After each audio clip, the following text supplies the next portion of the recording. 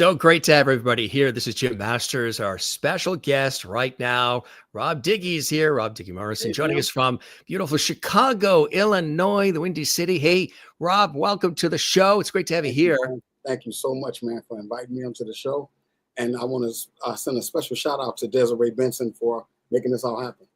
I tell you, it takes a village, and she's a superstar, and we love her as well. And I Yeah. love that hat. Usually I have my hats on. I love that hat, my friend. Tell us about that hat. That's really I nice. just got this the other day. You did? Are you a hat guy like I am? I Yeah. started, I just started seeing musicians on stage with their hats. And I thought, well, maybe it'll be a good thing for me to try to do this as well. So, yeah. You know, I'm admiring that incredible room that you're in. Talk about a man cave. I think it's a little slice of heaven, and it is fantastic.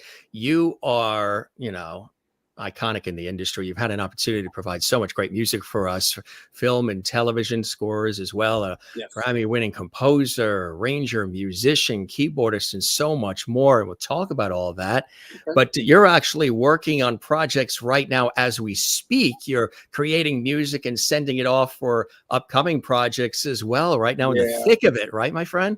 Yeah. I've been working around the clock trying to get the stuff right.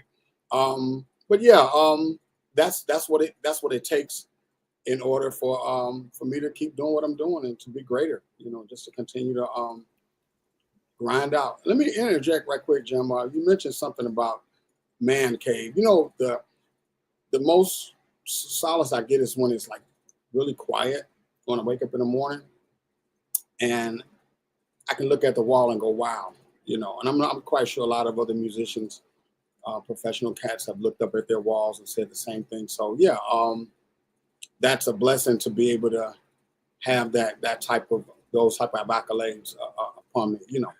Oh yeah, tell us. Actually, we'll get a shot of that, a wide shot. But tell us about the incredible wall and the beautiful things that surround you for all of your hard work, my. Well, one is the Grammy. That's right over my head over there. That's the Grammy for Crazy in Love. The guys that did that out of Washington State, they put that together for me. But I wanted to have a replica of the actual Grammy, which is down below, which is right there. And so I had them to put that inside the actual gold record because the actual record went gold. And so I asked the company to make me a plaque, and they did. And everything up there was made by the same people. I can't remember their names right now. They're gonna kill me. But they do great work. And there's a Janet Jackson up there, and there's a few Beyoncés, maybe a Destiny's Child, I think. I'm not for sure. And then there's a Shakira and Beyonce. And there's my Presidential Lifetime Achievement Award is up there as well. What was it like getting that, and when did you get that, my friend? That was in March, I believe, March 8th, right after my birthday. My birthday was March 7th. So the award came, well, the ceremony was the 8th. And my mom, my uncle, and my good friend Gina, we all went, and we had a great time. And I was called like about a month before that I was going to be receiving this. So went on down and picked it up. That is so cool. Congratulations. Well earned. And like you mentioned, some of the amazing people that you've had an opportunity to work with and create music with is unreal. But that moment, of course, the material with Beyonce really was something extra special, wasn't it? Yeah, these are all remix production. I should point out that these are all reproduction plaques from Amarion. I have more. I just don't have enough room on my wall.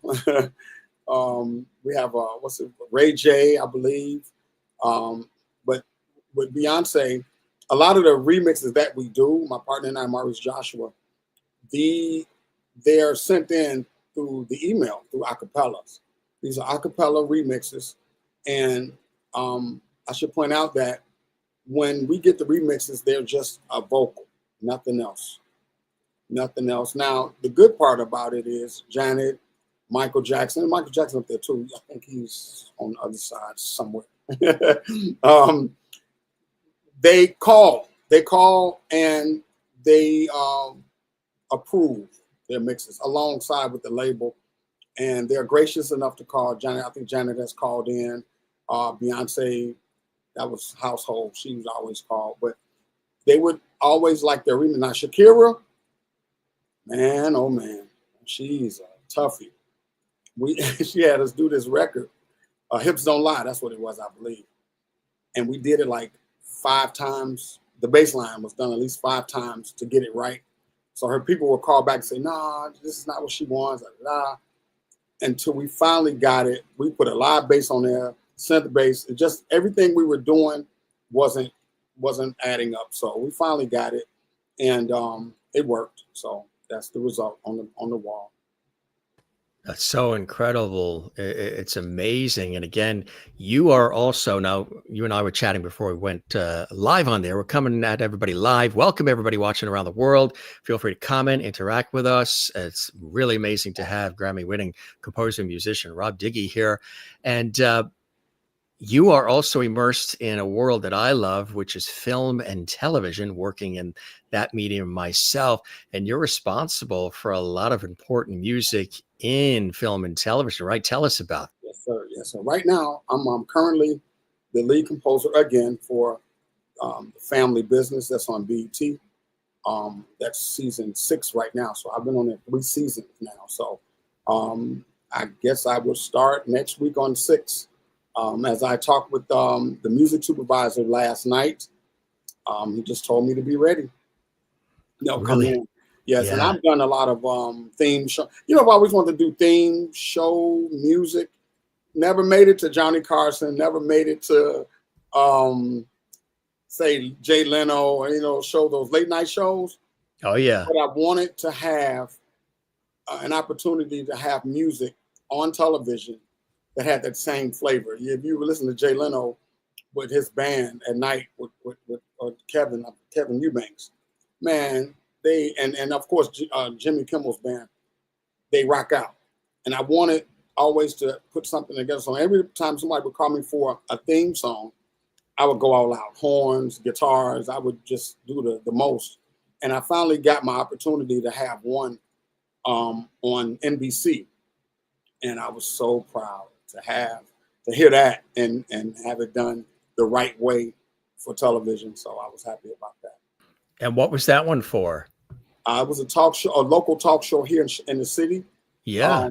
Indigo Studio, Hermine Hartman. Yeah, sure. And she's a journalist here, and she has a show that comes on like I think every Thursday, I believe it is. That's on the NBC station? It was nice on PBS. They moved it over.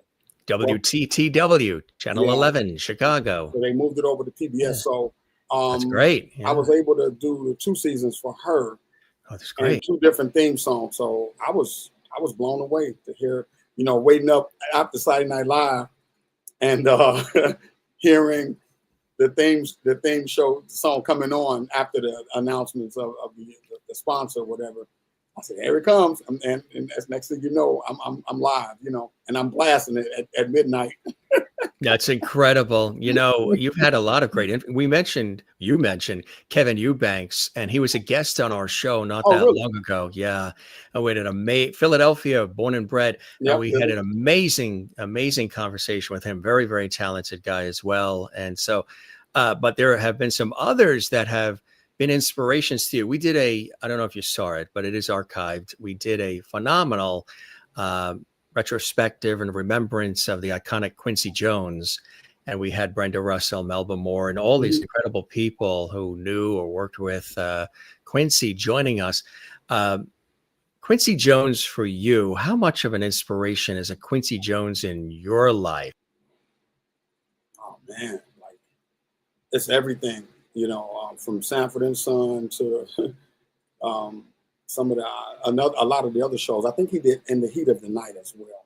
And it started with him being an orchestrator, early on. He's from Chicago, well, left Chicago early. But his scores are iconic. He's worked with some of the best in the business, Miles Davis, Duke Ellington. He's worked with a bunch of them, Count Basie, and Frank Sinatra.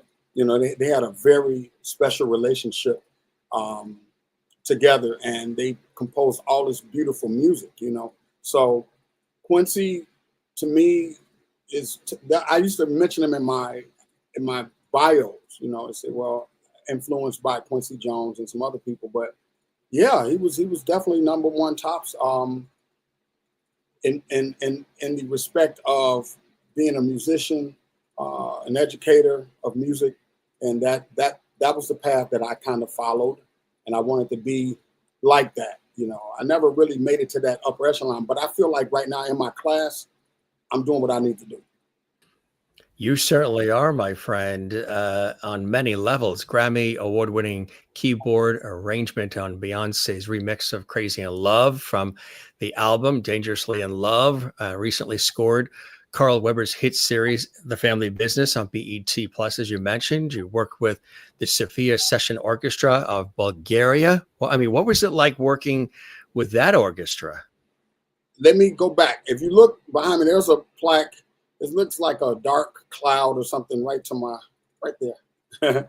That was I did the Gandhi murder movie. That's from a movie, the score. And what happens is, believe it or not, Stephen Lang from Avatar, Vinnie Jones, and there was a couple of more people in there. Luke Pascalino from the Three Musketeers.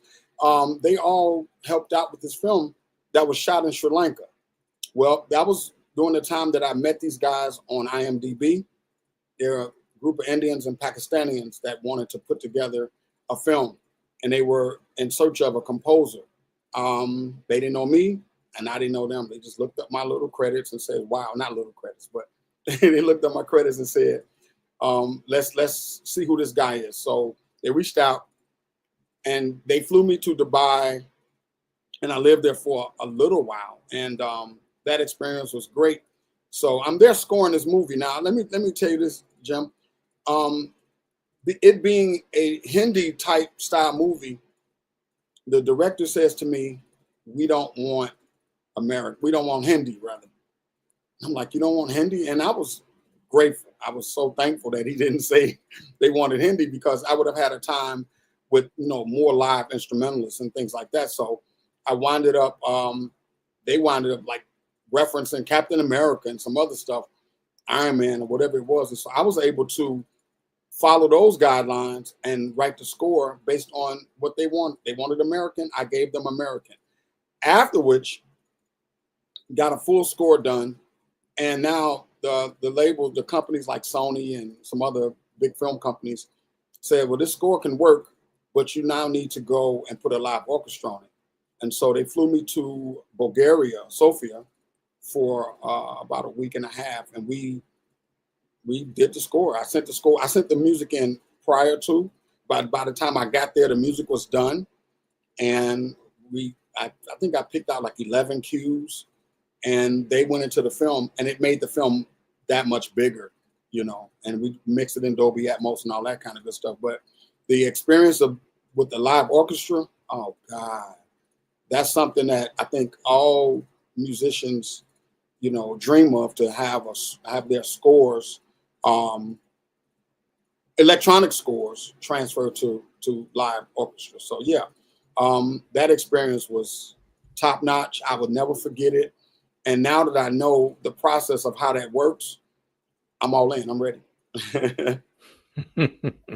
Chicago Symphony. He's right here waiting for you. I know, right?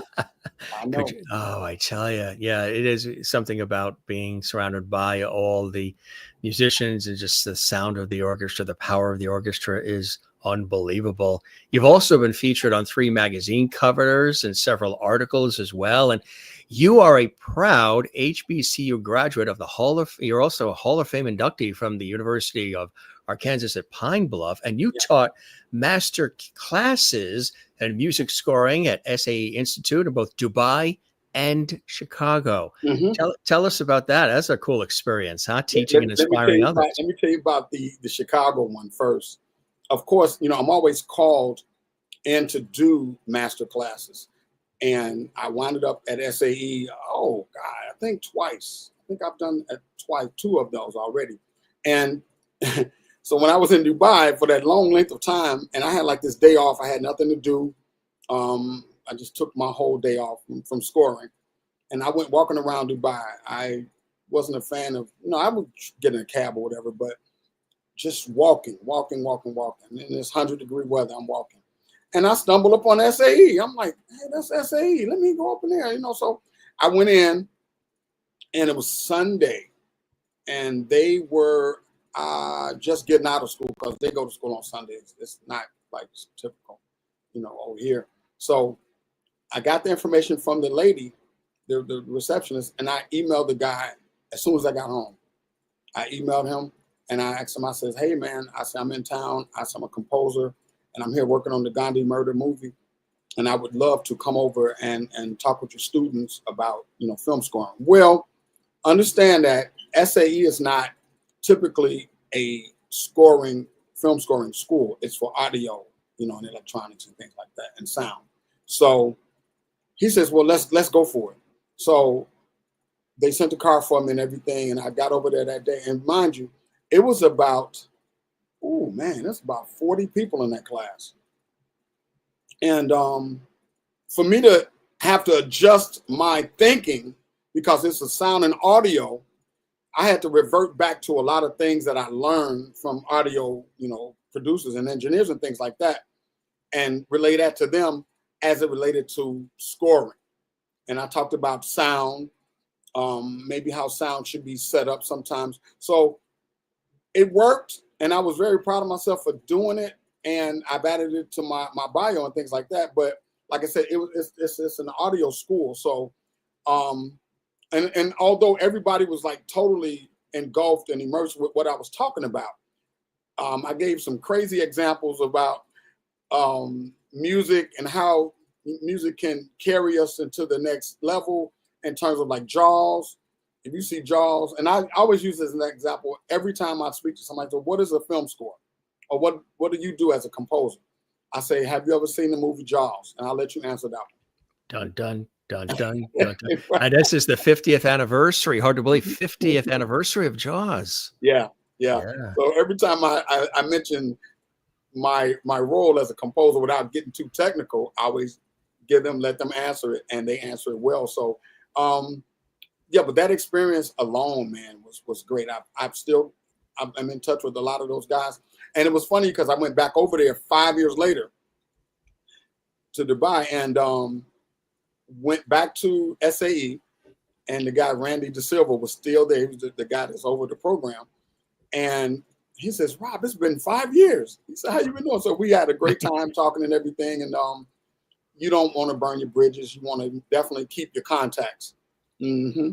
Mm. But that experience was great. You mentioned some of these names too, like Quincy Jones and John Williams, Hans Zimmer. They've all inspired you too, huh? And people have compared you to these people through your technique and expertise, which is incredible, huh? Yes, Brian Tyler would be number one right now. Brian does all the Fast and Furious.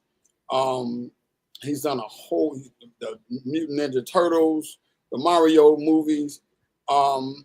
Eagle Eye. That was my first time I heard of Brian Tyler. I said, who is this cat? When I looked him up, and I was already doing hybrid scoring anyway. That just upped my game. So now, tell the audience what that means, hybrid scoring. Hybrid scoring. Okay, so hybrid scoring is a combination of having, say, a tuba and a piano. And you mesh the two together and you kind of tweak it and do some things to it. Or maybe a guitar and a piano, or a guitar and a drum, or whatever. And you mesh these two together to make another weird sound. So that's sort of like hybrid scoring in a sense. And they're able to use these sounds in these hit movies. So if you've ever watched any top action movies or whatever, you're going to hear something that sounds weird, but know that it's hybrid. So when I buy my instruments or when I get my endorsements, it's always the hybrid side of things. A lot of people won't touch hybrid, but that's what's out there right now.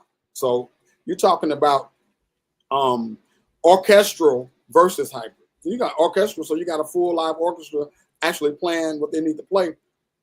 But then if you mesh that with some electronic, then that's when you get the whole, the new baby, So yeah, so I've been doing it for a long time. I started out with the orchestral stuff, but as I got more, familiar with the hybrid stuff, I'm like, I don't need the general MIDI things anymore. I want the big stuff, Mm-hmm. How did you get started? What inspired you early on? Do you come from a musical family? What was it, and what were you listening to as a kid? And how did you get the ball rolling? What was the inspirational moments for you on your journey? I'll say music chose me. I'll start off with that. I wasn't trying to be a musician. That was the last thing. I loved it. I liked playing guitar. I enjoyed playing piano. But as I got older, I wanted to play football. I wanted to work on cars. I wanted to do stuff with my hands. But that didn't happen because my high school band director, Delano O'Banion, I don't know if he's listening or not, but I was in the band football room in high school, in Marshall High School. And he came down there looking for me because they told him he was in the football meeting. And he said, son, deep tenor voice, son, you can't wear both hats. And the next day I was back in the band room.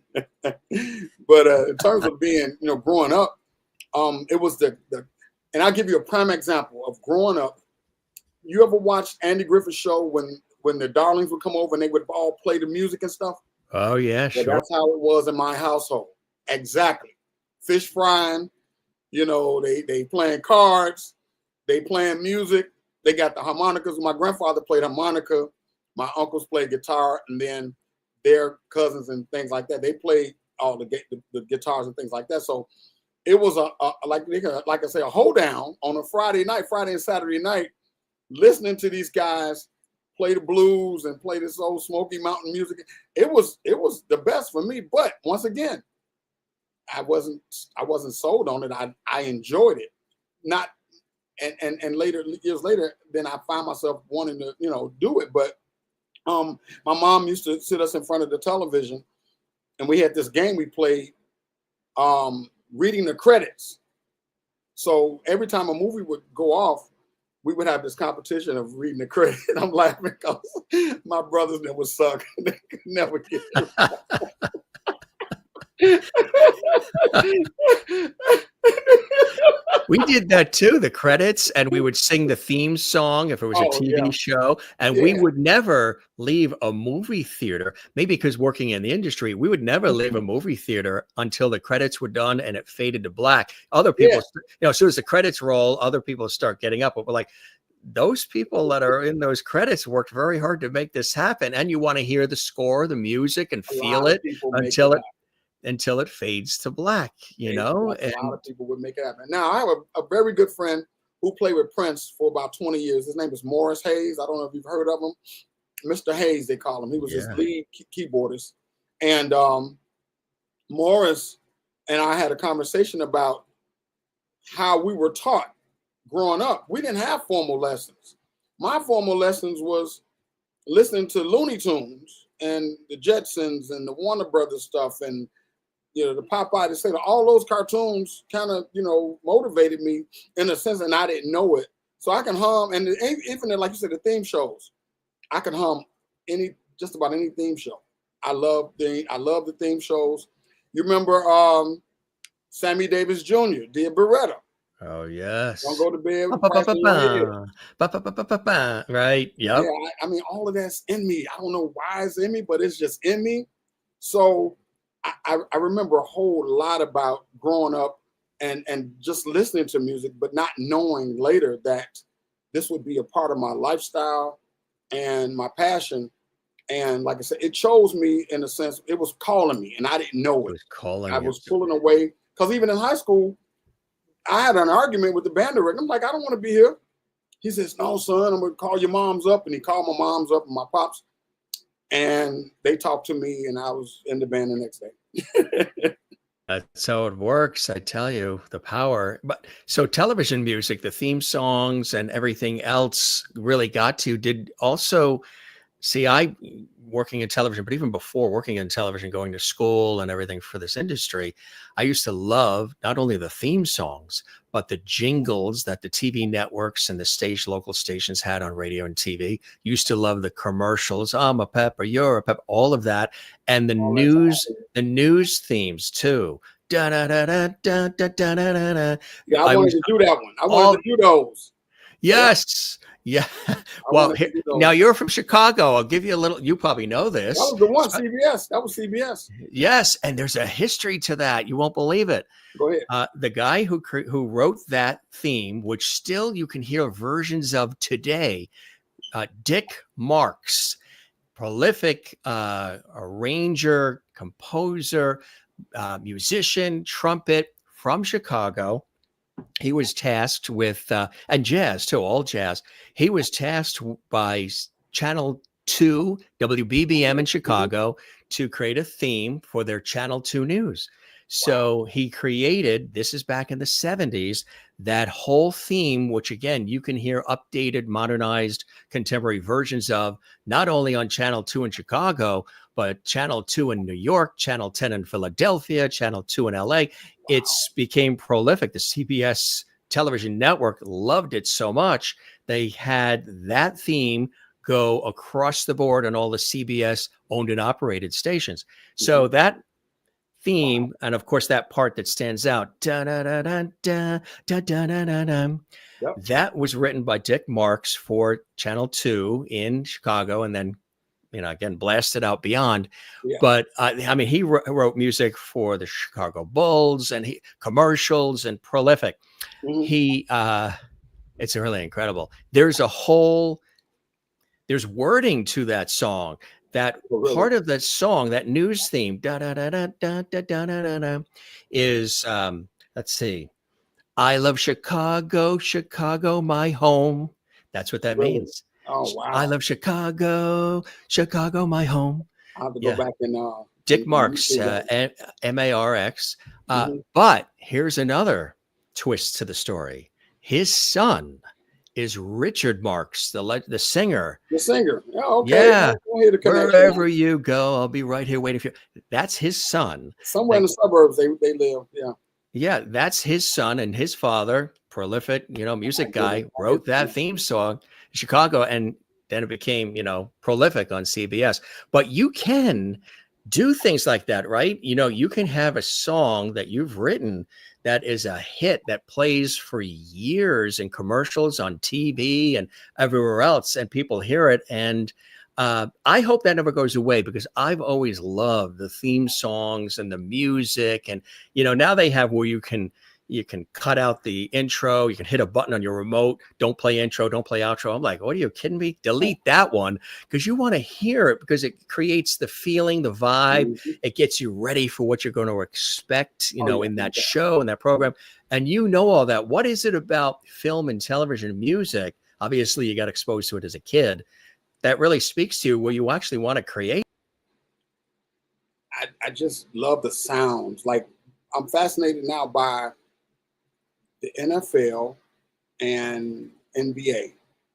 They have some of the dopest theme music, and then they chopped it up and like made little segments of it, building up to that main part. I'm like every Sunday, man, with my recorder up to the TV, trying to understand what they're doing, how they're doing it.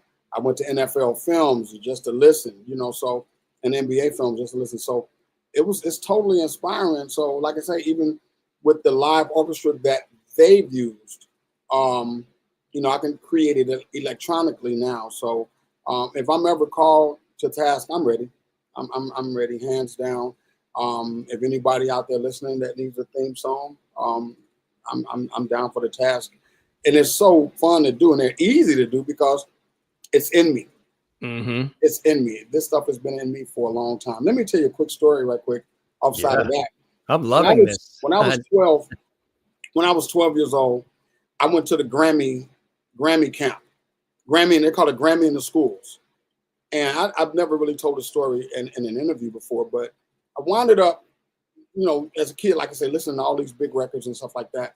And I was next to a classmate of mine, Eric Crawford, never forget it.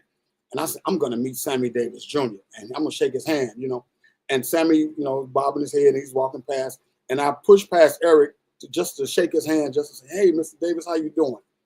I believe that was the start for me as well. And then alongside of that, who was there was this guy, Tom Washington. Now, you might have not have heard of him, but you've heard a lot of his arrangements from Jerry Butler to Betty Everett, Curtis Mayfield, most recently Avant, Long As I Live. He arranged music for that. So he's a great arranger, and Sussudio. Phil Collins. So that was a lot of the Earth, Wind and Fire stuff he arranged. So as a kid, I'm reading these credits. I was a big credit reader as a kid. So here I am. I see Tom at this event. Years freaking later, man, I go to a session. Tom is the arranger for my song. Wow. Crazy. That's a pinch me moment, huh? Of course, he really didn't remember, and I was telling him how inspired I was by meeting him. And the session that I did, he said, well, why you guys have me here? You did a great job. But we brought in some live violins on top of my electronic. And he's still living now. And I'm so thankful that he was able to inspire me in a lot of ways, just reading, If we came over to your house now, not only would we be admiring everything that's on the wall behind you, but what would be in your player, your stereo system, your boom box, all of it, your iPod. I'm sure you have all those things. I know I do. I still have the boom box. I still have the Onkyo stereo system with the speakers and the turntable and the double cassette deck. Never going to get rid of those. What would be in your mix right now? I know people listening, and even yourself, you're going to freak out, but there's absolutely nothing in there.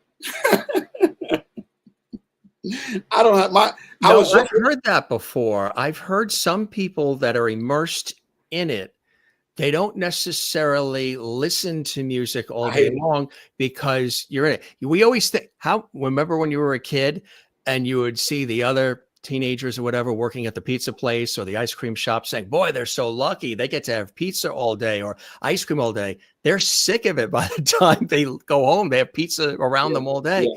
And it can be, I guess, distracting. Is it that it gives you a clean slate if you're not always hearing all this other stuff coming in? What is it for you? It's that way. I was just with my landlord, who's George is like my best buddy. And he was in the car and he wanted me to listen to Dolly Lampa. What's the lady name? You heard of her? Dolly Lampa or something? Some dance artist, right? Yeah. And I'm like, why are we listening to this? Why we don't turn the radio? I don't want to hear it. I don't want to hear it anymore. And even at home, I don't have music in a player. Now, what I will listen to is my own stuff, maybe sometimes. And I got to do a shameless plug for my song, Diggy Dubai. It's called As Time Flies on YouTube. And it's a smooth jazz song that I wrote just messing around. And I thought I'd just try something different. But no, nothing is here, man. Nothing is in a player. Now, what I will do, if somebody calls me and says, hey, man, we're doing this, started out this track, whatever, can you go? Okay, I'll go listen then. But they say you have a Spotify account. I probably do. I don't know. I ain't checked it. But I don't get into that. No, he's Spotify. So busy making the music, he doesn't have time to listen to it. Hey, I'll tell you something else. I don't even have iTunes on my laptop and all my computers, all my phones. So if somebody sends me a link, I can't open it because I don't have iTunes. I don't care about that. Yeah. Would you say that you're old school? Are you an analog guy? No, I'm digital. You are digital. I'm totally digital. Do you like analog too? The warmth of analog as well? Yeah, it's okay. I mean, but so I came up in a time where I could get the best of both worlds. I had the analog experience because I was, into the synthesizers that like the Juno 106s, the Jupiters, the Roland, the Korgs, all of those cool sounds that we used back in the day were just warm to tape, I should say. And I got a chance to experience that a lot before we transitioned over to this digital era. I mean, even studios, a lot of the studios that I worked in, they're gone. They're gone. Everybody has a home setup, which is now digital. This one guy on Facebook, he keeps inboxing me, trying to sell me analog tape machines, and I'm like, I don't want that stuff. I use a Mac. I'm a Mac fan to like get up out of here. You know what I'm saying? So Yes. it's a wonderful thing for me to be able to call up a digital sound, and there's some analog stuff in there, and I mesh them together. Once again, we're talking about the whole meshing thing or whatever with the hybrid thing. So if I take a synth sound that's digital, then I'll find one that's analog, turn down the digital one more so I can hear more of the analog one. So we get a balance of that. So. You know, it's so true that music really does transform storytelling in visual media. Music really can. I love underscoring too. I had Lloyd Schwartz on, the son of Sherwood Schwartz, who created the Brady Bunch and Gilligan's Island and all these shows. And one of the things I said to him was, I said, I always love the underscoring in television, because as the music was coming in, and sometimes it would be variations of the actual theme song itself, but different variations of it, it would heighten or put the stamp on the mood of the scene and the dialogue and what we were seeing and hearing and feeling. It would solidify it when that music, transitional music from scene to scene would happen, or when they would be going to a commercial break and then fade to, black, or coming back from it. You don't see a lot of that as much now on television. Now it's just everything is quick, and even when they wrap up a scene, the commercial is right there. There's not even a dip in between. Yeah, those numbers have to be on point, quick. Right. You gotta. I like a little second or two to breathe, and I like to feel that underscoring that's sort of sweeping me away to, again, confirm what it is I've just spent 7 minutes watching in a particular scene, and here comes that underscoring music underneath. You appreciate that too, as well, huh? Yeah. Well, here's the deal. With the family business, you'll know how much time to give yourself before the black or the commercial, because they'll cut it so it's black, and I think it's like 2 seconds. So I'll play a little something up until the black, so you just get enough of it to feel it. But you talked about motifs earlier, and I'll give you some prime examples. Gilligan's Island, right? But then in the middle of the show, you hear, so you get these motifs. So I learned that early on with a movie, Waiting to Exhale. Babyface did a great job, and Terry Lewis and Jimmy Jam did a great job with the music. So the one that stands out the most was I Ain't Gonna Cry, I'm Not Gonna Cry, something like that, by Mary J. And the song da da da da da da da da da da da da da da da, right? So then they come back and they underscore it. Da da da da da da da da da da da. I'm like, oh, I just learned something. I just learned how to underscore using these motifs. Yeah. So I know, like I'm doing this movie now. Every now and then I used. I came back to do something similar, but there have been movies where I had to just repeat the motif and add a little extra to the motif just to make it, have its own identity. Change the instruments, maybe add a flute or guitar or something. And I love that too. Absolutely. What inspires you to create the music, the material that is a part of our lives? Are you inspired by things around you, by life, by living experiences? What inspires you? You know what? And I've been asked this question 100 times. I don't know. I think it's just having the film in front of me and watching the scenes and going, okay, I know exactly what they want. Now, the good thing, if you have a reference track, man, you can jam, because now you can say, well, that's the reference, but I don't want to sound like the reference.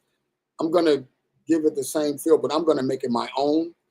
And the director says to me a couple of days ago, well, follow the reference. I'm like, okay, I get it, but sometimes I'm kind of hard headed because I want to expand. So now he's sitting up watching a movie, going, "Oh man, yeah, that's it." Yeah, because you can pick pieces from other films and stuff. I try not to. I try to be my own person when I'm scoring. And in terms of inspiration, it just happens when I'm in front of a good film, when it's shot well, edited well, lit well. Then I know I'm going to shine, especially when you get the sound effects in there and the gunshots and the car horns. If you hear all the ambulances, yeah, you're going to feel like, okay, you can roll with this, because not just undertones of music. So I don't know. In terms of inspiration, I'm just thankful that I'm living in this God in me that gives me that inspiration. There are times when you will create, a score, and then all of a sudden that music becomes iconic. It's all over the radio. It's all over now streaming, and it's the theme to that movie. But, like, of course, the theme to Titanic with Celine Dion singing, and just sometimes it just really hits and resonates with an audience. We just lost somebody, Stacy Weidlitz. I don't know if you were familiar with him, but he was another brilliant composer, arranger, musician. And he, along with Patrick Swayze, co-wrote "She's Like the Wind" for Dirty Dancing. And he just passed 2 days ago, Yeah, at 82, I believe. And he was talking about what it's like to put that kind of thing together, and you're not really sure if the music's going to hit. And sometimes the music, he said, which I'm sure you concur with, the music sometimes carries the actual movie. The music becomes even more popular sometimes than the movie or whatever it is you're looking at. And it becomes, the album Saturday Night Fever is a perfect example. That album, the Bee Gees, that whole album, rivaled the movie itself. Sometimes that happens, right? And you don't know until it's out there.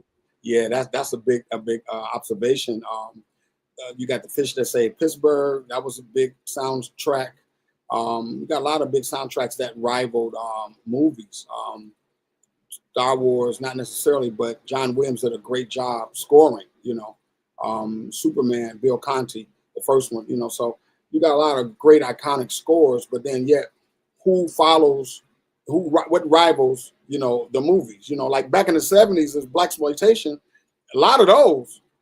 A lot of Isaac Hayes, Shaft. that's number one right there. A lot of your blaxploitation movies had scores that you had to go to the record store back in the day. It's like, hey, I want that album, because you listen to all these hits, and that's what made people go back to the movie theaters to watch them. Iconic scores. My favorite is Hell Up in Harlem and Black Caesar with Fred Williamson. So as a kid, we would go to the Alex Theater in Chicago on Madison Street, and we get a 2-for-1. You sit up in the movie theater, man, as kids watching the films. Kind of like a baseball doubleheader. Yeah, just being kids. But that inspired me a lot, I believe, as well. But like I said, I didn't know, man. I didn't want to stay at my high school, because you saw Cooley High and you had Lawrence on the show. Yes. I was telling Lawrence, we were together 2 weeks ago, and I was telling him that the scene where he was killed under the viaduct in the bridge, under the bridge, train tracks. I said, man, every time I go past Cedric and North Avenue, I think about that. I see, just to see it, and we chuckled about it. And, but like I said, those type of things weighed on me later on. But I did not want to go to the high school. And I got to tell the story real quick. I did not want to go to Marshall High School, John Marshall High School on the west side of Chicago, 3250 West Adams. I did not want to go, only because I thought it had that Cooley High mentality and vibe. I'm talking about 78, 79. I did not want to go 79, 80. And my mom tried to get me out of there on a transfer. My dad was at the other school trying to get me out of there, and it just didn't work. And the high school counselor, Gail Williams, she says, "Oh, you just stay. You're gonna like it. You're gonna like it." I'm like, "I don't want to be here. I did not want to be at Marshall High School at any cost." And she said, "Well, just join the band. Do something, you know." And so I winded up joining the band, beginners band, playing trombone. And I believe this is where I guess after 8th grade goes right quick. My 8th grade teacher told me I would never play in his band. I was trying to audition for guitar, and the guy that was playing guitar already was super great. All his sons now are super pros, and I wanted to be just like Rodney Jones. I wanted to be like Rodney Jones, and I didn't. I never achieved that there at 8th grade. So when I get to high school, I played trombone. Didn't want to be there. And so it turns out that I developed how to play horn within 4 months of being in Marshall, because the guys on the block, we all, play it as well, So says, "Hey, well, we'll show you the ropes." Well, they showed me the ropes, and within 4 months, Mr. O'Banion put me in the advanced band, still as a freshman. Well, now January comes around, excuse me, I'm still in that beginners band program. So, but I was always a third chair player, and my high school band director teases me about being a third chair. Well, I'm like, well, look at me now. You're talking about third chair, but look at it. You can laugh about it. We joke about it, but that's where I did not want to stay at Marshall, and he convinced me otherwise. Says, "Hey, you got to try this," and it worked out, and it wound up getting a 4-year scholarship to the University of Arkansas. So things have a way of working out and directing your path. So, excuse me. Mm-hmm. They do. So I was happy with the results, but I remember walking across campus with my fraternity brother Michael Mack, and we were saying, "Man, Marshall High School didn't teach us crap." Say something else. It was a general high school. Yeah. And nobody went to class. Nobody was just one of those. You just go. It was a fun thing to do. You be in high school, you're fun. It was fun. Well, other schools had vocational skills and things like technical skills. We didn't get that. And we had to, in college, I had to really figure out how to develop study habits. I would listen to classical music for as long as I could when I studied, and it paid off. But Marshall High School didn't teach any of that. I had to, man, this was 20 years old. I was learning on my own. We had to figure it out on our own. Being from the west side of Chicago, mm-hmm. trying to make it, in a university. And we did. We both graduated, and he's a supervisor at the Audi home. And I teach part-time as a substitute teacher sometimes. So you enjoy that? No. I bet viewers who are commenting, they're all welcoming you to the show. Everybody watching around the world, they're commenting right now. I bet nobody expected that answer. No, man, look here, man. No, he's definitive. No, Jim, it's not good. It's not healthy, man. This one lady told me, she says, "Hey, I had a heart bypass already. You don't want to catch one of those." I'm like, "Oh, let me chill out." So, because you get caught up in trying to get these kids to learn. These kids don't want to learn. It's all about the internet, all about the web, and how many likes you got, and all that good stuff. Becoming a superstar and influence. And my thing is, and I think that last time I got cursed out, and I was like, I'm done. So I think I've been to work since January. Well, I think I went in December, like 2 days, 3 days, and then in January to like March, February, I went like 4 or 5 days, and that was it. It's been all me working at home. Just doing your thing, right? Yeah, yes, sir. There's times with, you mentioned television and film music, but especially on television, when I would hear a theme song first as a TV show theme or a news theme or what have you, not realizing that was actually a hit song or something else. For example, I always loved, and we ran out to the store to Tower Records in New York to get this 45 of MFSB, Sound of Philadelphia, Soul Train's theme. Dun, dun, dun, dun, dun, dun, dun. That's really love that instrumental, love that song. And then, believe it or not, in the New York area, television station WPIX Channel 11, Action News, This is back then. They used in the beginning, before they had production music made, they used Barry White's Love's theme Mhm. as their newscast Oh, theme. wow. Yeah. Mm. I could see Yeah. it as a news theme in a way, Oh, with yeah. shots of New York City and the whole bit, and action shots of the news set and the Makes anchors and the sense. weather people. But they used that as the news theme. But I heard it first as the news theme, being a TV Mm. person, and then heard it on the radio. I'm like, wow, they've got the news theme on the radio. Wait, that's Barry White's Love theme. Same Yeah. thing with The Sound of Philadelphia. Heard it first as the Soul Train theme song, because we watched that on Channel 5 in New York on Saturday mornings, Mhm. and then heard it on the radio. I'm like, holy cow. And sometimes that happens. Oh, yeah, all the time. Themes, they stick with you. I mean, I can hum you 10 TV shows right now. That's just how it has been embedded. Which ones come to in, mind? uh, Da, da, da, da, da, da, da, da, That's da, like Jimmy Jamie. You got Dick Van Dyke, you know. da, da, da, da, da, da, da, da, da, da, You got da, the da, Brady da, Bunch, of da. course. You know, Da, da, da, I da, Love da, Lucy. Da, da, da, da, da, da, da, da, da, da. da, So da, it's da, in me, man. It's in me. So now when I'm writing and scoring, I'll revert. And I'll go back and say, you know what? Let me grab a little bit of this and throw it in that score. It works. Do you ever do family gatherings where it's name that tune and you start humming? Yeah. We had an upright. We had an upright piano at my grandmother's house, and we would get together and do songs. It would be theme songs. It would be regular, R&B songs or whatever. And we had a ball doing that, man. Yeah, that was like on like holidays and things like that. Everybody come over. Yeah, we had a lot of fun around the piano. We sure did. A lot of fun. It's amazing. A lot of the music, especially of the TV shows of the 50s, 60s, 70s, 80s, beyond, became so memorable. Like, we've had several of the cast members from Little House on the Prairie on, which is celebrating their 50th year, which Yeah, I is think I saw great. that a little bit of And that. that beautiful score of the theme to Little House on the Prairie, written by David Rose, of course, the prolific orchestra leader and arranger and composer.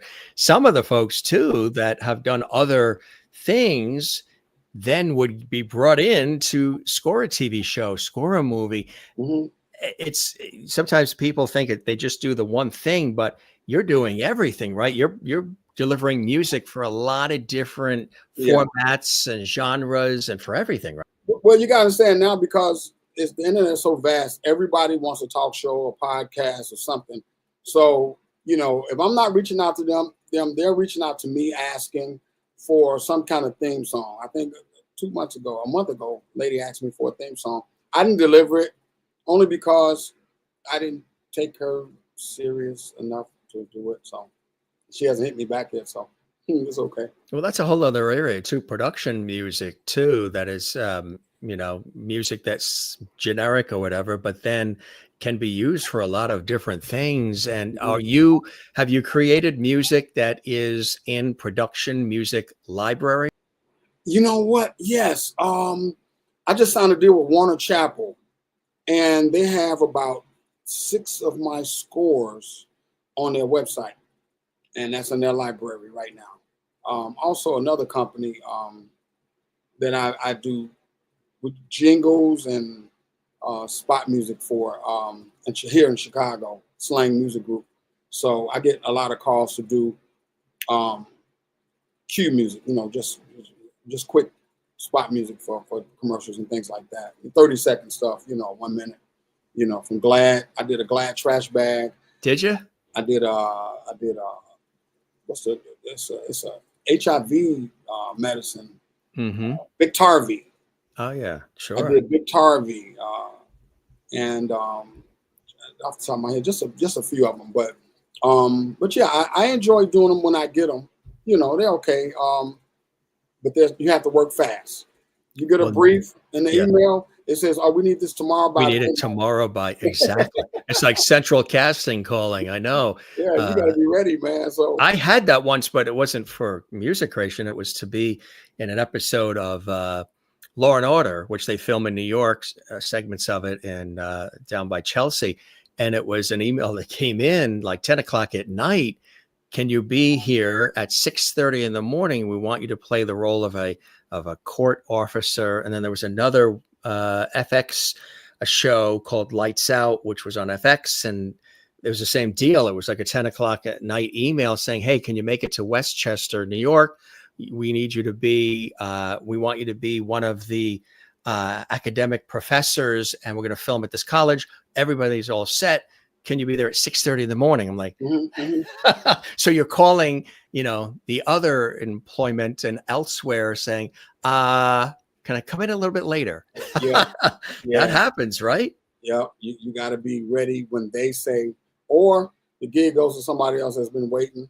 I don't know if you've seen the movie Hollywood on Netflix, and they were all waiting by the gate at Paramount trying to see who's going to get the next role or whatever. So, yeah. So, it is a fast-paced business, and you have to think fast and create fast and get it done fast, which is really amazing. And sometimes, again, things will hit and they'll love it and they'll want you back and they'll want you to do it again and again and again. And do you ever, how writers have writer's block? Do you ever have block for you in creating the music? Do you ever say, I need more time on this? Yeah, I get frustrated. I just walk away from the equipment, go take a bike ride, watch TV, talk on the phone, get my mind off of that score. But in the back of my mind, I still hear something, and then it'll hit me. Oh, that's it. I was supposed to do that. So I'll go back in, and writer's block is over. That's I have had it. You got to unplug and get away from it, and exactly right. You do. You really do. But yeah, it's therapeutic to get away. Go out and get the air and and everything, and smell the air, and come on back in, knowing you got to work. So I have a big job ahead of me in the next few weeks. So you do, yeah. I'm prepping already with music and getting everything ready. So 10 episodes is a lot of work and a 2-day turnaround. That's with BT. Yes. So you get one episode and you have to turn it in 2 days. The family business. Yes. Right. Huh? 2 days. So yeah. I thought I was done. I did one and I waited a week to turn it in. He's like, so I'm done. He said, oh no, we need the next one now. Right. Yes. Like, oh, okay. I didn't know that because I wasn't familiar with how their turnaround times were. So I figured it out. And so now I jump ahead of the game as quick as I can by writing a whole bunch of cues. Yeah. I've even listened to some gospel music and taking their stuff and incorporating it. And, that's to be heard in this new series. So I'm going all out.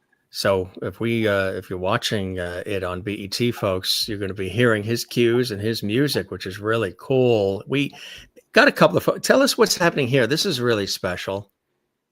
That's in Bulgaria. That's in Sofia, Bulgaria. That is so great. And that was for the Gandhi murder movie. And the guys my Indian friends, they went all out. My Indian and Pakistani friends went all out to hire this orchestra that couldn't speak English.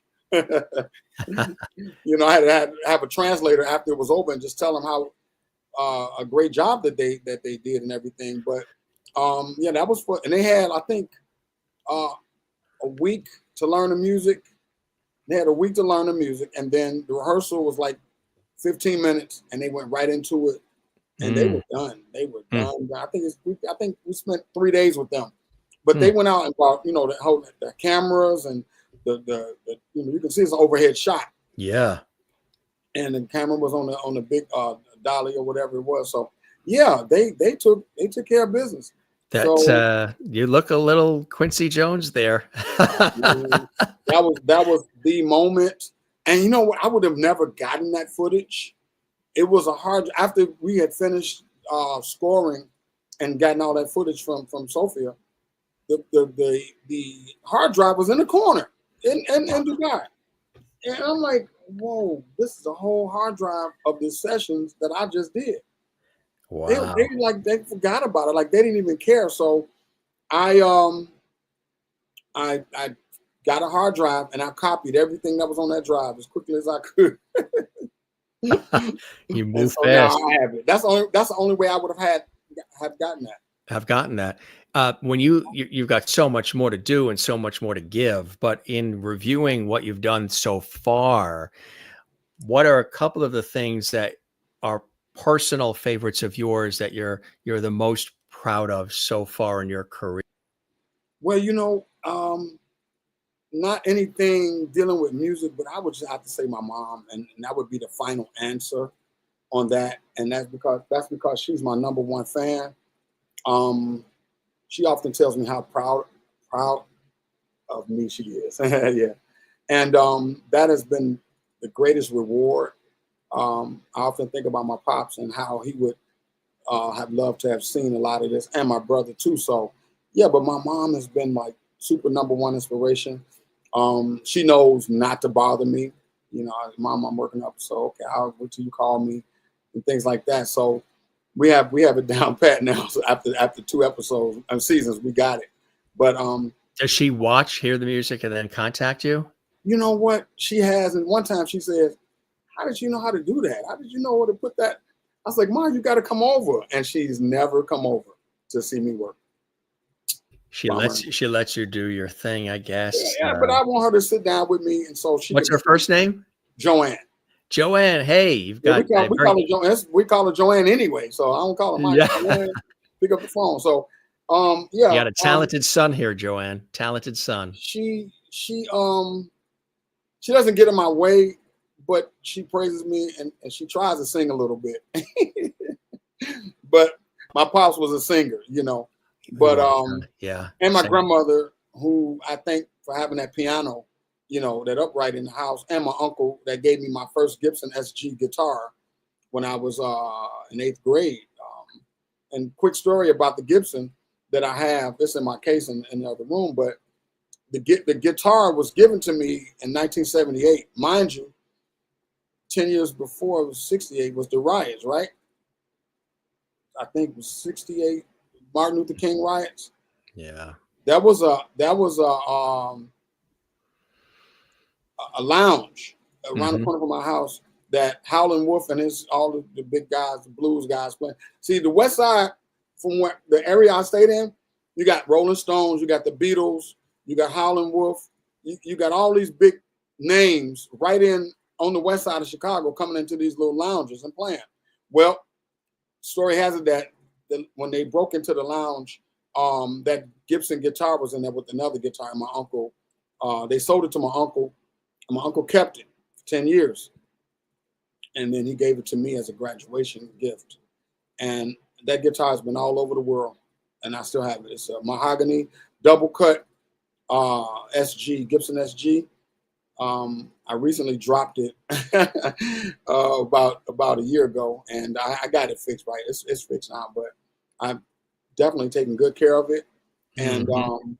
but yeah, I thank those people for Mm. inspiring me as well. For doing Oh what yeah. I'm doing. So yeah, it's always a pleasure to share my stories, my experience, my journeys. Everybody's not going to get to this level, and so we have to be humble and patient. I use the 3 P's: prayer, patience, and persistence, Yes. in order to achieve. So if you don't have those things, and you got to have something in your heart for God. I think, Mm. Mhm. and I Yes. do. Yeah. Well, so yeah, you call upon your faith often. Yeah, yeah, That's yeah, beautiful. yeah. Have you done faith-based music as well? Oh yeah, yeah. A lot of Christian films I've done. Lots of them. They're on Tubi. A lot of Christian films I've done. But his Christian films are edgy, but it's the message at the end of the day. So I don't get the sound so Christiany. That's a new word. Right. When I'm scoring, Have you you done talk Christmas music as well? Christmas. Yeah, yeah, yeah. Just animation too. Animation and Christmas. See, with Christmas cues, it's a cue every 5 seconds in the film. That's hard. because, and I have a lot of my Christian cues here. I mean, not Christmas, but Christmas cues here already. Now, with the animation I did in 2011, that was hard. That was super hard, and I didn't know orchestration. I don't know orchestration. It's in my head, you know. And so I figured it out with this guy that hired me out of LA, Vasal Benford, hired me to be on this movie called The Swan Princess Christmas, which is somewhere floating around on Amazon, something like that. So yeah, you know, you got to figure out if the frog, what this frog is doing, what this cat is doing, how did you emulate that feel, you know? And it just a lot of pizzicato stuff, a lot of whimsical, quick stuff. You know, you have to be quick on your feet, and I was able to capture it, and they wound up using like 90% of what I turned in. How cool is that, considering what you said at the beginning of our conversation, where you talked about Looney Tunes and all of the animations and cartoons and everything early on influencing you. And now here you are creating music for those kinds of things. Yeah, that was, yeah, like I said, my credit to my partner, Morris Hayes, who said that we didn't have formal training. We had to get our training from television, so, and the cartoons and things like that. But here I am scoring a film for Sony that here in my studio that I had no idea. And I use I credit East West Sounds online. I have to credit them, and Densha and Jana for sending me all their sounds. And it turns out that, yeah, I mean, from pizzicato to these, you know, sforzando strings, or, you know, whatever, or decrescendo string, whatever it was that I used in that cartoon or that animation, it worked. It worked. There's a clip online of the lady singing, the princess is singing to the prince who's laid out on the ground. That was all me. I'm like, wow. I still marvel every time I hear it. I'm like, and I turn it up loud too, just so I can understand what I did, how I did it, you know. And I remember a lot of nights my neighbor was going crazy. Dude, cool out. Hearing it. But when you hear it back, it's and when you hear the feedback of how it's moved other people, it's got to be a really cool feeling. Man, yeah. It's a cool feeling to hear your stuff. I remember I can't remember the first time I heard music of mine on television, but it's been a while, because I've done a few things back in the day. But to hear it and go, okay, I could have done that better. I could have done that better. Or no, I like this. This is cool, you know. And so, yeah, I get a chance to heavily critique how I work. Well, I was just about to ask you, are you a perfectionist, and or is it very difficult? Like, for example, sometimes if somebody's an author, they write the book, I'll say, when did you know you were comfortable with the book? You've done rewrites, but when did you know that you were able to put the last period on the last sentence, be good with it, walk away from it, and then let it soar into the universe? What is that like for you? When do you know when this is good? I'm done. This is good. Well, like, for instance, the film I'm working on now, you know, I've been working on it for a month and a half, and I was talking to the producer, and we were talking about how we have to wrap at some point. When you've done all the best that you can do, and you say to yourself, wow, you know, can I put the period on this? Can I close the book on this? Or am I going to keep the book open and add more? When sometimes we always use the term, and you've heard it, less is more. So you have to know when. You have to know when to conclude, when to close the book, and say, you know what, this is enough. Let's see how well it's accepted. I will say this, that when I write, or definitely when I'm scoring, I never score for me. I never score for me. That's a rule of thumb in this studio here, because what I do, I score for the world, because you have to think about who's going to hear this. You know, hundreds and thousands of people are going to hear your scores, you know, and I don't want to get caught up in saying, oh, this is dope. This is nice. And I did this. And oh man, this is the next. No, no, no, no. Hold it, pump your brakes, pump it. What you have to do is you have to write on a neutral ground to say, to figure out if your audience is going to appreciate what you've done. And for the most part, I can say that my audiences have definitely stepped up by calling, texting, emailing, and says, man, you did a great job in this, or this was dope. And I saw your name on this. And, you know, it was so it's always good, but you have to know when to stop and write for the world and not for yourself. My uncle always told me to feel the airwaves. It's not for you, but just keep continuing to put out good music. Mm-hmm. You know, I'll give you a quick site. If you go to Diggy Dubai, I think I mentioned earlier, and I want you to check out As Time Flies. That's my record. And I've been edging toward getting into the Grammys. I just get there and forget. I forget it. I wait. So, and they're starting now with the Grammys, submitting the music and the for you. They try to get your list of the music and stuff. I'm getting a lot of those people now in my inbox. Hey, listen to my track. Yeah. I'm getting that right. Exactly. Are you a Grammy voter as well? I'm not, but I get people who ask me to sort of get the word out for them. Yeah. I sometimes I'm like, wow, it's overwhelming. Yeah. They send you these notes. You know, they're my Facebook friends, but they only contact me when they want their record heard and voted. Right. Exactly. Mine is more Emmy and telly, you know, the television side is for me. No, but but the Grammy, I mean, I don't doubt that you get a lot of people who really seriously are hoping that you are going to be able to do something with. But I did say that I was going to write a song, hopefully before, yikes, I would have to get on it in the next 3 weeks. They always have this thing called the Merit Award. And the Merit Award is an award given to artists and producers that talk about world love, world peace, coming together as one. And they take the best songs. And I thought we had a good one, but they didn't take it. So I try again. So when that happens, like now, what happens with that song? Will you still release it for people can hear it and enjoy it? Yeah, of course you can. Yeah. How about a whole album of your music? Oh man, that's Is that something you've thought about? Or no. I bet you people have asked you to do that, right? Once, but it's tedious because you got to find personnel, and just finding people that want to help, or you find people that just want the money.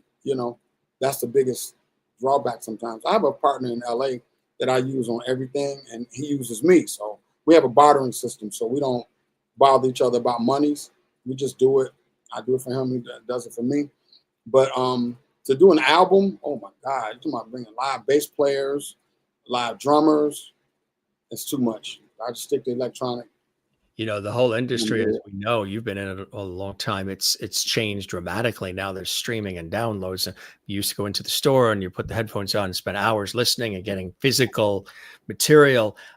From your perspective, being in the thick of it, doing it, and the various ways, shapes, and forms that you do, how has it changed from your perspective?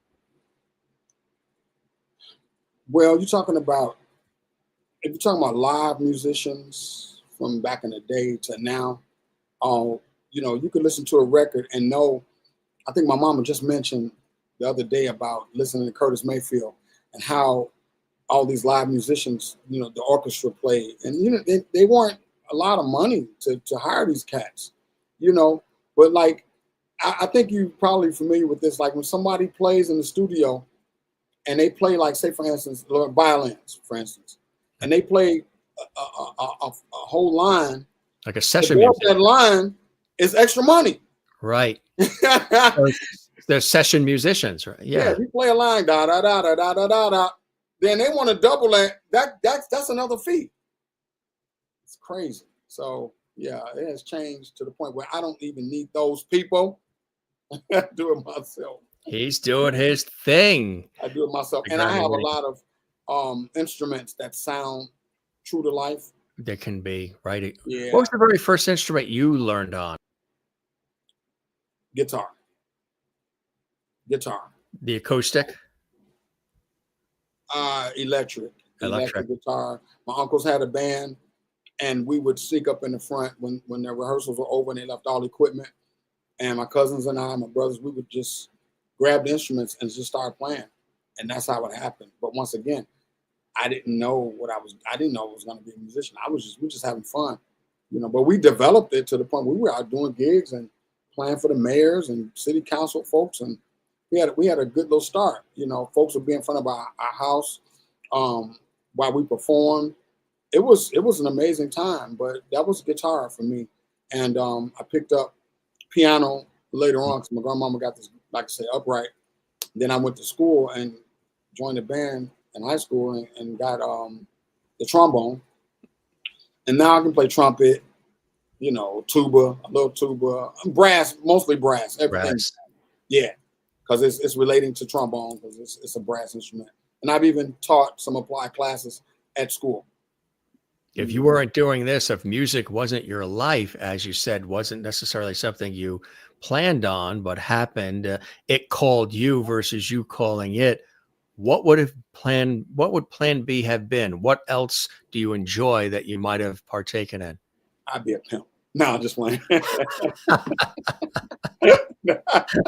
comes the 1970s underscoring, as he Right, says right, that. right. The black exploitation underscored. Yeah, Yeah. I don't know.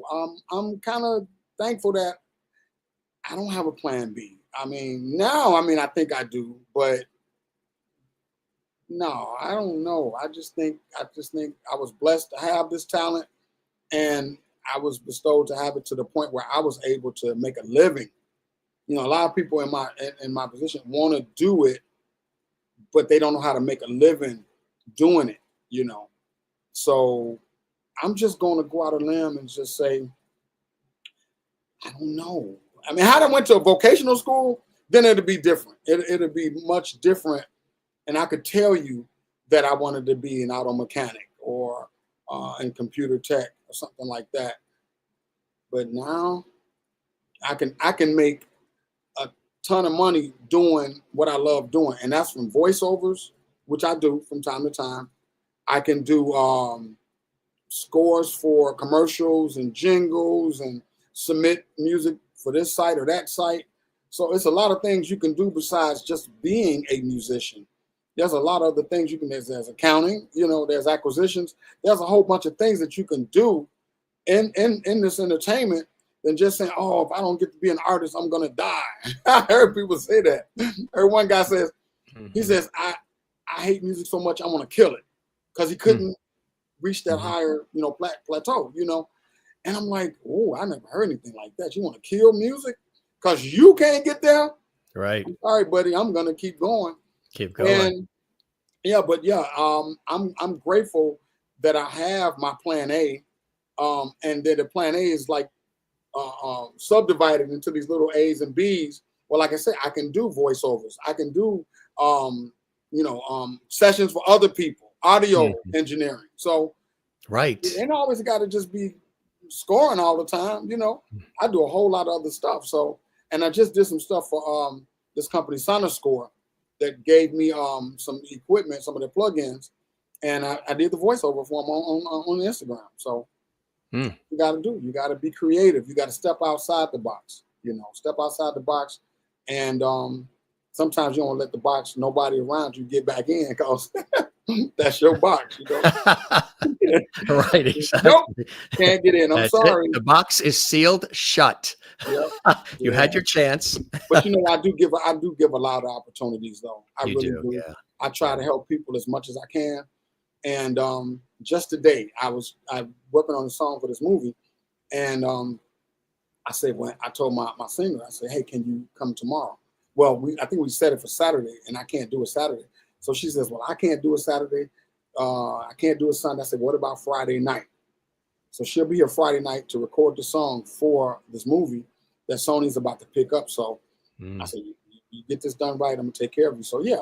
But once again, she's the type of artist that doesn't care about the fame and stuff. She just wants to sing. She wants to sing. That's in her. Mhm. Well, I was going to ask too, do you feel that sometimes you're like a conduit of an energy greater than you that flows through you and out of you? Yeah, yeah. Out of me to transfer that energy into someone else.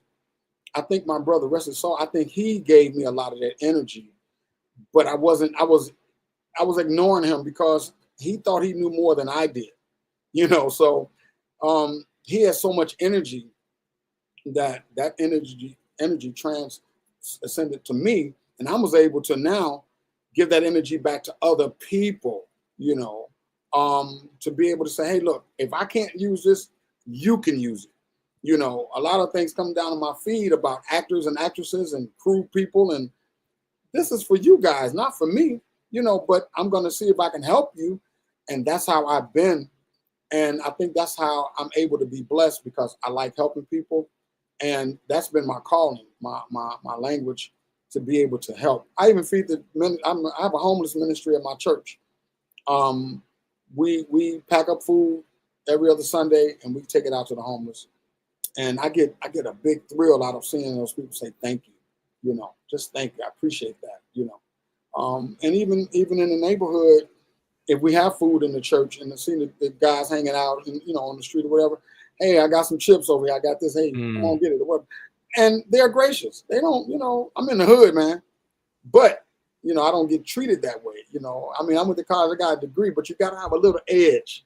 Right, exactly right. You got to have a little edge, man. Otherwise, you're not surviving. Oh, well, You otherwise, have some edge to your game.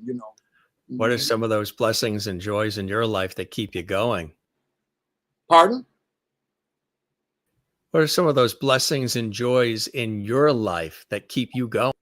Just giving, just giving. Like I said before, just the joys of just giving. And it's not so much as about being a musician. It's just me as a person who I've grown to know and love. I love myself, to know that if I love myself, I can love somebody else. And that's the final answer. Do you know that that's so true? I've interviewed in my professional work on television, radio, a lot of people who are experts in that area. And that's what they say. You can't really, it's kind of like the analogy, which it took me time to learn it too, because I always thought it was selfish and it was, greedy to do it. But when the flight attendant says, in the event of an emergency and the mask drops, put it on you first, give yourself oxygen first before you help the person before. We were always raised, I was always of the mindset, no, help thy fellow neighbor, thy fellow man, what have you. Help them first and then grab yours. But you really have to love yourself, not in a narcissistic way, but appreciate what you do and who you are. Yeah. And that will transpire and radiate to other people. But first you have to appreciate who you are and what you do and what you're all about before you can really do it with others. Right? You said it so beautifully. Oh yeah, people identify that a lot with me. I like the fact that who I've become in that sense, and it really works for me. I'm not arrogant, I'm not narcissistic about it. I just like being me, and I'm not I'm not arrogant. A lot of times people say I'm too humble. I'm just not a brag type person. I don't have to do all of that. If you don't know, you don't know. I mean, I'll tell you, but right. I don't get off into that whole, I did this, I got that. If you ask me, I'll tell you humbly, humbly speaking. It's amazing you said that too. You must be very intuitive, because early you talked about the incomparable, the multi-talented, one of the greatest of all time, Sammy Davis Jr. One of his hit songs, I Gotta Be Me. I gotta be me. I even wrote a song called I Gotta Be Me years ago with the kids at one of my grammar schools. Let's fly high like the birds in the sky. So we wrote that song, and my cousin, who's like 45, still remembers it. I taught her in school. Actually, talk about songs in movies that become hits on the radio that the people didn't even think of it, and including the artist that sang it was Sammy Davis Jr. from Willy Wonka, the Candy Man. I mean, that became such a hit. And it Yeah. wasn't necessarily written to become a hit. It was part of Willy Wonka, the movie. Hmm. But then it became this hit all over the radio. And there were generations of kids that loved that song, not even knowing it was Sammy Davis Jr. that was singing it. Right. And later on, they discovered, wait a minute, that that was him when I was a kid and that song was on the radio. That's him. Yeah. And it's a cool when that happens. Yeah. I was more or less into the arrangements. You know, I heard Who Can Make Sunrise. I remember that, all that stuff, but the arrangements, you know, that I was more in tune with. And like now, I don't listen to a lot of lyrics. I'm more in tune with what kind of instrumentation they're using. Oh, you do? You know? I tend to be an instrumentalist myself. I love instrumental music. Have tons of it. Is that what you go to first? Is instrumental? Yeah, I will. If I'm listening to a song or whatever, it's mostly or always the music, the instrumental part of it. I'll even go and find an instrumental on YouTube just to break it down, because as a songwriter, composer, they tell you the rule is to go listen to the song and to pick apart those parts in the song, what's close to what you have at home, and use it in your song. So for instance, if you studying a top 10, say a Billboard #1, and you want to listen to every element of that song, break it down, and then use that song or use those parts as you would in your song. So yeah. And sometimes there's two different ways that it happens, right? Sometimes there are lyrics written first and then the song follows. And sometimes you have the music and lyrics are written to that music. Have you worked both ways? I work both ways. What I particularly like the best is to have the track written already. So when the artist comes in to sing, they always want my opinion. I'm like, I don't care. I don't care what you write, but after I get into the song, yeah, I'll listen and say, okay, well, this is cool. And like I said, in other words, I stay in my lane.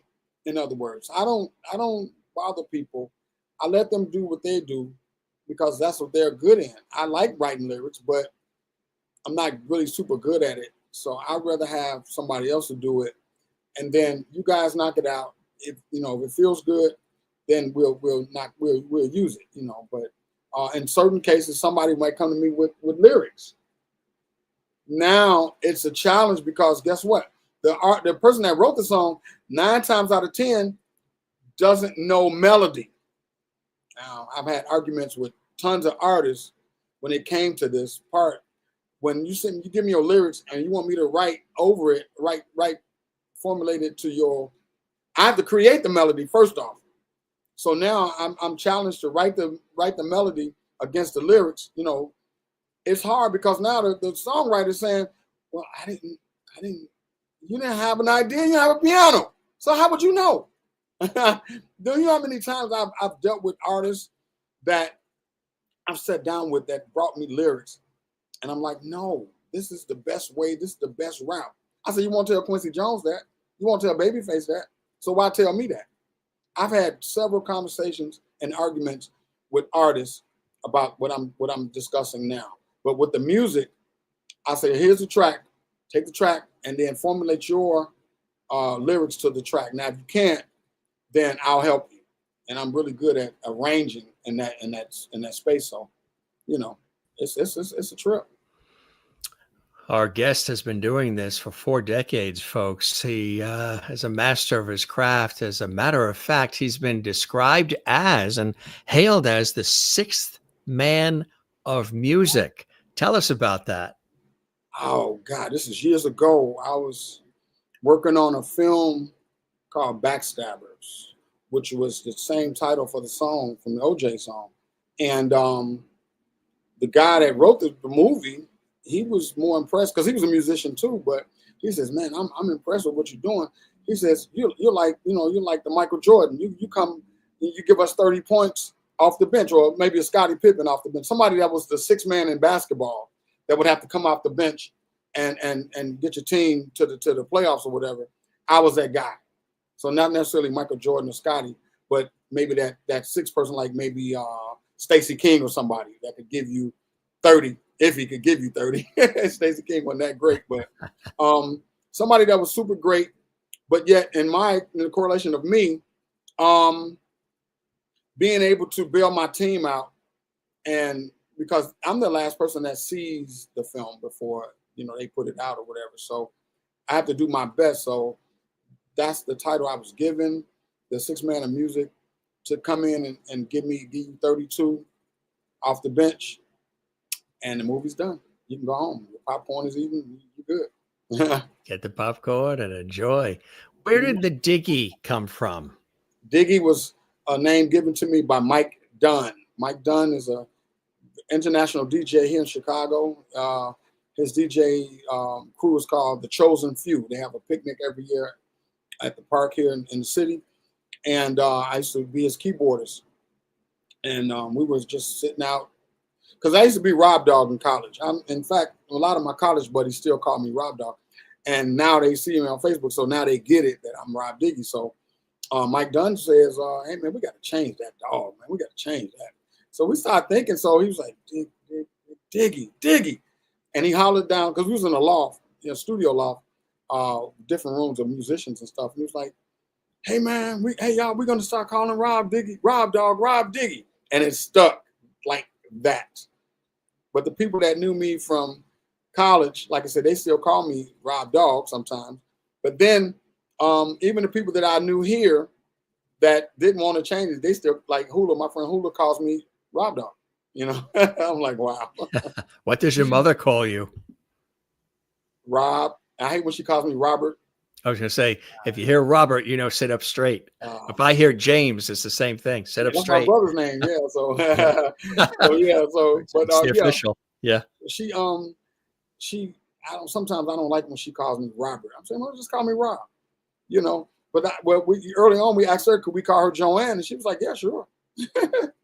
as long as we respected her, we were cool with that. So that's the story of the name origins about Joanne or whatever. But it was no sweat. She didn't care. She didn't have a problem with it as long as we had respect for her. Exactly. And I definitely have a lot of respect for my mom. That's right. RESPECT, as Aretha sang. Absolutely. You're amazing, Rob Diggy. Truly an amazing story. Been doing this for over 4 decades, still doing it. As I mentioned, gang, he's got, as soon as he wraps here, he's got to get back to his music. He's got people waiting, music that's coming out. And of course, all these shows and movies and everything else he's involved in. He loves it. And obviously it comes from the heart and the soul. Rob Diggy, a real pleasure having you on the Jim Masters Show. We're going to keep the porch light on for you, as I always do for all of the guests. And I hope you had a good time and enjoyed the as much as I have with you. Yeah, your questions were very different. Sometimes, you get interviews and they'll stick to like a script or whatever. You were just, man, you had me going, man. Especially the commercial themes or whatever, talk to television things, whatever. So, that was great. I really enjoyed those questions, and I appreciate you so much, you and Desiree, for hooking this all up and everything. So, yeah. The pleasure is all mine. I tell you, my friend, come see us again. Spread the word about the Jim Masters Show. If you know other folks you think would like to be on, and all of our fabulous viewers are commenting all around, saying wonderful and loved it, and they're immersed in your world. I think that's fantastic. Yeah, but I don't see any of the comments. I have to go back and see them on, I guess it's YouTube. Yeah, there's a couple. We could throw a couple in right there. That's Kathleen in New York City. Thanks for being here, Rob. I enjoyed the conversation. Interesting and fun. Wishing you continued success with all you do. She's in New York City, and Maureen is in Arizona. This has been wonderful. Hey, thanks for being here tonight. Rob Diggy, and all the best to you as well. Thank you so much. And thank you for Sherry's in Kansas. Thank you for being here tonight. You've had quite a career so far. Best of luck in all you do. And Thank you. thanks for all these great comments pouring in here. We love this. Yes, yes, sir. Yes, sir. It's what it's about, right? These are some of our real faithful, we call them lovities, love and levity together. So they are the Jim Masters Show, part of the worldwide Jim Masters Show Lovity Squad, the Lovity viewers, which I think is cool. You know what, Jim, I was doing some research on you, and I think did you interview Burt Reynolds? We just did a fantastic tribute to him, and I had the producer of a really beautiful documentary who conducted the very last interview with Burt Reynolds. Yeah. And Burt was absolutely amazing. And a lot of people have been commenting about that episode. We've done a lot of tribute episodes too. We just we did one on Quincy Jones. We've done one on Wink Martindale, the game show host. Yeah, I saw that one too. Yeah. Tina Turner and Lisa Marie Presley and Cindy Williams and Bob Barker. The Price is Right. Now there, Ed Kalehoff, creator of all those themes like The Price is Right, which still plays today. Dun, dun, dun, dun, dun, dun, dun, dun. On the Moog synthesizer from the back in the 70s, right? When that was new. And then he went over to England, and because they had some great musicians and arrangers and, people over there, and recorded their parts, the drummer, then went back here and did the synthesized parts and all those game shows, Tattletales and Price is Right and all of that. Can you imagine you write themes to game shows that last all these years too? Game shows themes are very iconic as well. Just think of the royalties, man. The checks. The royalties. That's Merv Griffin is dead in the ground, and he still gets a check for Jeopardy. And Wheel of Fortune. He created Wheel of Fortune too. Yeah. And folks didn't know that. Merv Griffin, the iconic talk show host. Yeah, man, he's getting checks. Created Wheel of Fortune and Jeopardy.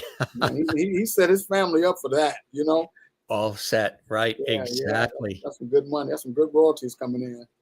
Well, you'll have to think of some fantastic game show themes. I'm working on it, brother. I'm working on it. Mitch says, awesome interview. Thank you, Mitch. Good to have you with us here on the Jim Masters Show. Mitch. Part of the family here and everybody. Yes. All right. Come see us again, okay? Yes, sir. Yes. When I finish the series, I'm gonna stop by and try to get with you. I would love that. And I just want to show that he really is a hat guy, because look at this shot. Bang. I love that. I should have put mine on. When I started this series, I used to wear all these different hats. I love that one with the shades. It's a good look, my friend. Good look.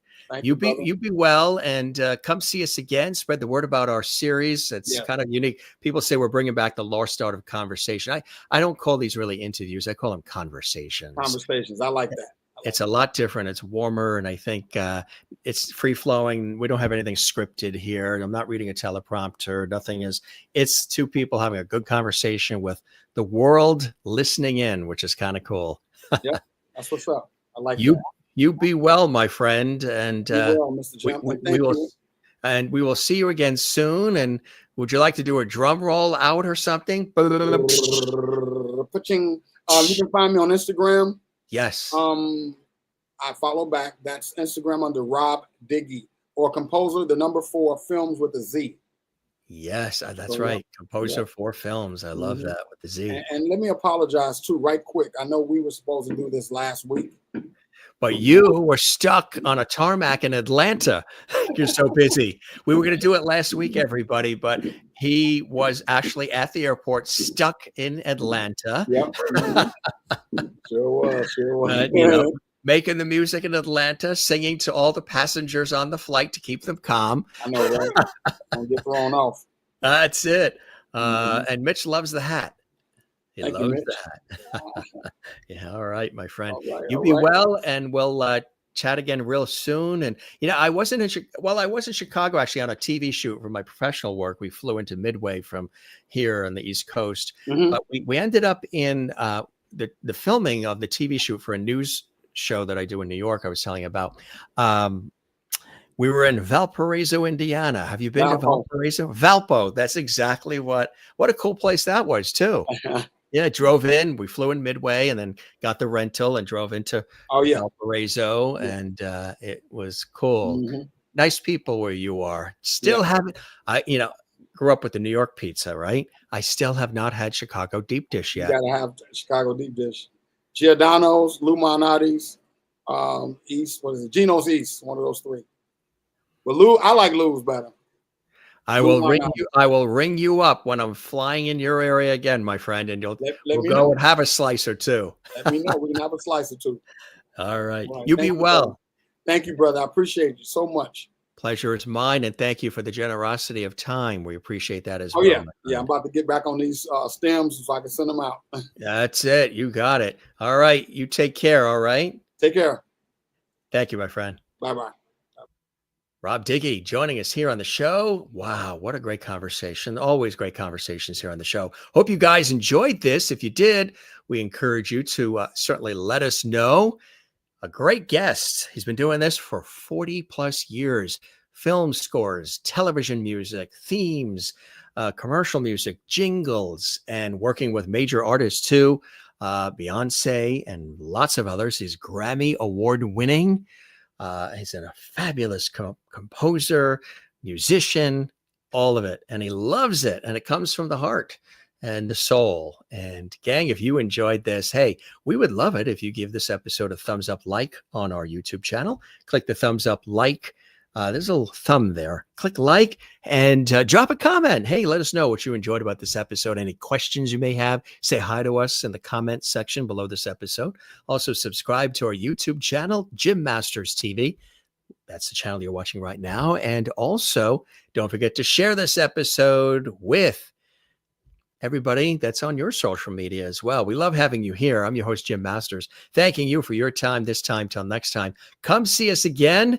You can find us on social media as well. We are there. We are everywhere. Just like Rob, we are Rob Diggy. We are omnipresent. You can find us on Facebook and X and also Instagram at Jim Masters TV. All right. He was live in Chicago. And we are here in the New York area, and wherever you are, it's such a great day when you're with us. We love it. Thanks to Rob Diggy, a real cool guy, just a super, super talent, and some great behind the scenes, and that the room that he's in with all of those, the gold and this. Oh, wow. It was nice. Sometimes if we are on and the guest has this really cool background, we'll always ask the guest, take us on a little tour. Tell us about the room that you're in and all these accolades and awards and statues and Grammys and Emmys and Oscars, whatever it is. And that was a cool little tour he gave us. Gang, we love having you here. Don't forget to love one another, take care of one another, and don't forget to do the very same for yourself. It's really important to do that. And come by and see us here at JMS. Real soon, we'll be keeping that porch light on for you as well. We love you all. Be well, and cheers.